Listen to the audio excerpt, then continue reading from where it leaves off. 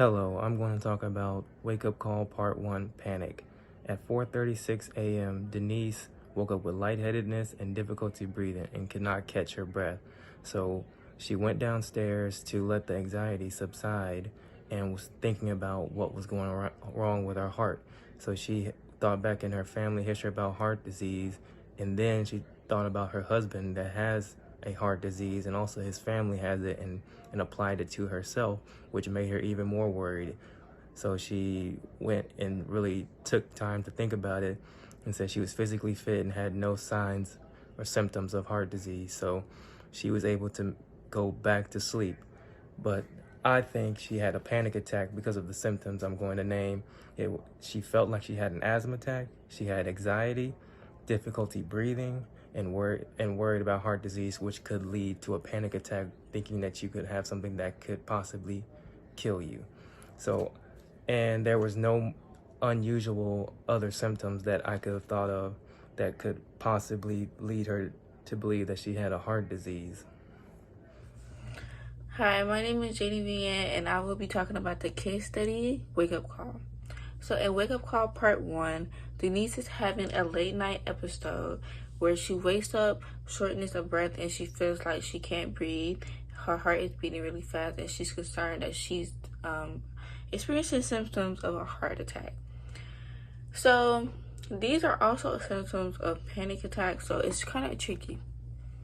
In Wake Up Call Part 2, she is having a hard time focusing at work. She is stressing because she has a catering business. She is also worried about her daughter who recently left for college, and she is going through menopause. So all of these changes and stress and also her diet, her food choice, she exercises, but her diet is not good for her. She has high cholesterol, which could contribute to having heart problems or heart diseases. So the first question here, it asks that what is the journey that the blood takes once it enters the right atrium until it enters to return to the right atrium. Deoxygenated blood flows from the vena cava into the right atrium, which then passes through the tricuspid valve into the right ventricle, from which it then passes through the pulmonary valve into the pulmonary artery, by which it travels to the lungs to be reoxygenated. Once oxygenated, the blood travels from the lungs through the pulmonary veins into the left atrium, then the mitral valve, then the left ventricle, then the aortic valve, and finally the aorta, by which originated blood is sent out to the rest of the body. The second question is asking, what are the characteristics of Denise's lifestyle that might have led to the heart problem? So in the first part, it says that her husband recently has heart problems too, and that's why she was also concerned about having a heart attack, and he smokes. So question 3 is asking the characteristics of Denise's lifestyle that might lead to a heart problem. So in part 1, it was shown that her husband also had heart problems, which is why she was concerned that she had heart problems, and that he had recently gave up smoking cigarettes. So since he smoked cigarettes, she experienced secondhand smoking, which can also cause damage to your lungs and to your heart also. Also, genetics. Genetics play a big part in having health disease or anything like that, diseases or anything like that, because it's in your genetics, it's in your DNA. Stress causes conditions. And food choices. Your diet is very important in preventing diseases. Has Denise suffered a heart attack? Yes, she did. She suffered a heart attack. Even though it was symptoms similar to panic attacks or asthma attacks or whatever you want to call it, it was a mild heart attack because based off her systems and her lifestyle, how old she is and everything else. 5, it says define these terms. Cholesterol. Cholesterol is a substance made in the liver and found in the blood and all of the cells of the body. It is good for health and is needed for making cell walls, tissue, hormones, vitamin D, and the bile acid. Hypercholesterolemia. High levels of cholesterol in the blood.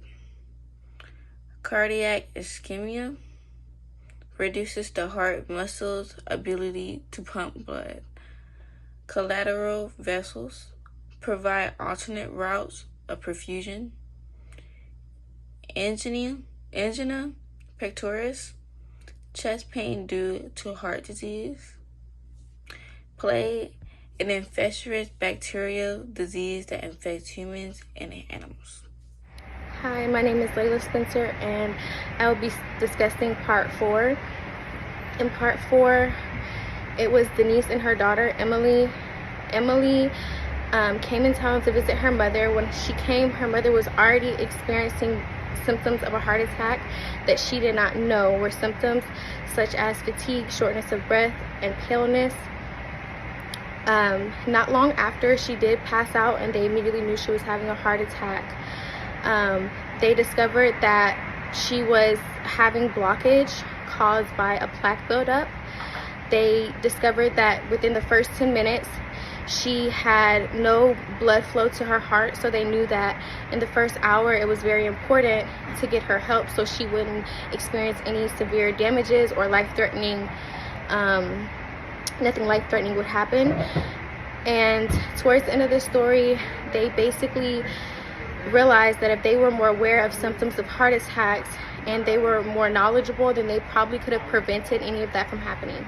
Thank you. My name is Michaela Turner. I am in the biology, anatomy, and physiology class of P06, and I am working on the case study in section part 6.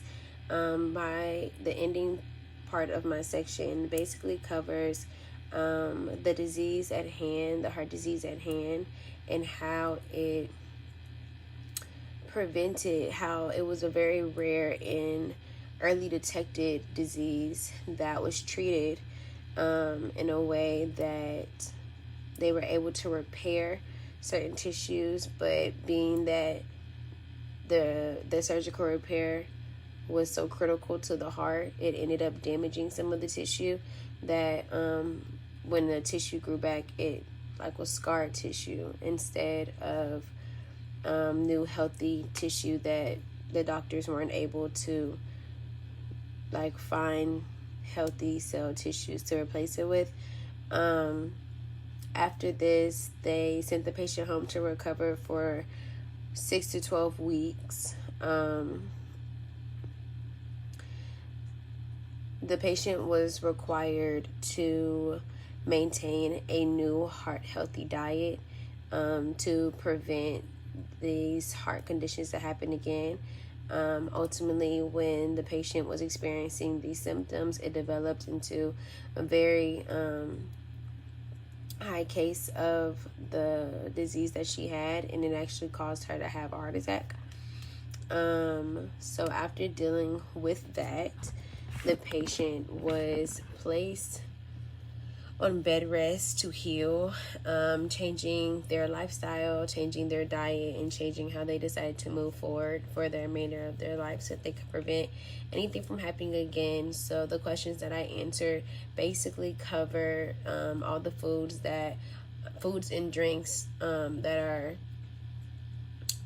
unsafe for the body and unsafe for her heart, and that could potentially cause her to have another heart attack, and how to substitute them with more healthier foods, more healthier alternatives that she was able to eat and consume to keep herself in a healthy balance.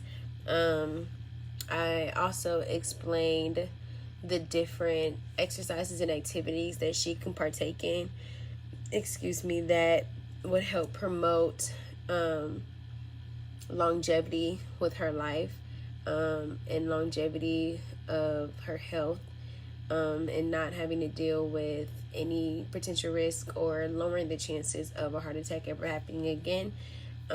Showing different medications that were able to be taken that ultimately helped in the end, aspirin being one of those, and the benefits of that, and how that helped. And then I also showed a diagram chart, a line graph chart that actually showed the changes in blood enzymes and the trophon levels before, during, and after, just to compare the levels of what her blood enzymes looked like before, prior to when her heart was really bad, after the heart attack when it started to be treated, and now after the prolong of the treatment. So I hope that helps with the understanding of the case and the patient as a whole. Thank you so much.